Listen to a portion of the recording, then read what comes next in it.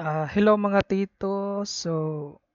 Um, in this tutorial, i-show ko sa inyo kung paano ako nakabay ng uh, frozen na set even if hindi ako nagpa-cash. So this kind of items, if you check on the shop is bibili mo siya using cash pero zero cash ako ngayon.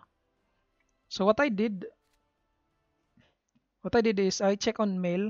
So usually in this icon, mail icon, you just open it and then may mga may mga items dyan and then select all and get mo lang. And then after mo mag-get, lalabas dyan sa inventory mo.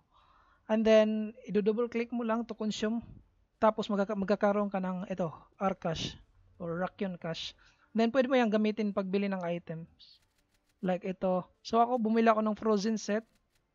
Yung ito. Pero except for the hammer. So, ito yung ginamit ko. Nagkamali ako ng bili. So, yun. And then, bumili din ako ng ito, power user for experience din. I don't know if gumagana siya, pero binili ko lang and then kinonsume ko. So, yun. Yun. Kasi marami nagtatanong bakit bakit naka-cash item ako, nagpa-cash daw ba ako? Hindi. Um, since uh, beta test pa lang naman to. So magre-reset to on October 15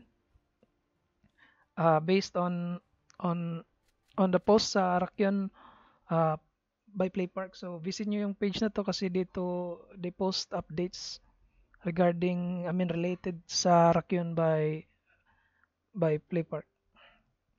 So yun. So yan, recap ko lang. Check nyo yung mail nyo dito sa post. And then, lalabas dyan, may mga item na free dyan. Select all and get. And then, lalabas yun dito. Consume nyo lang. And then, pag meron na kayong pera dito sa Rakyon Cash, then pwede nyo na mabili. So, yun lang. Thank you.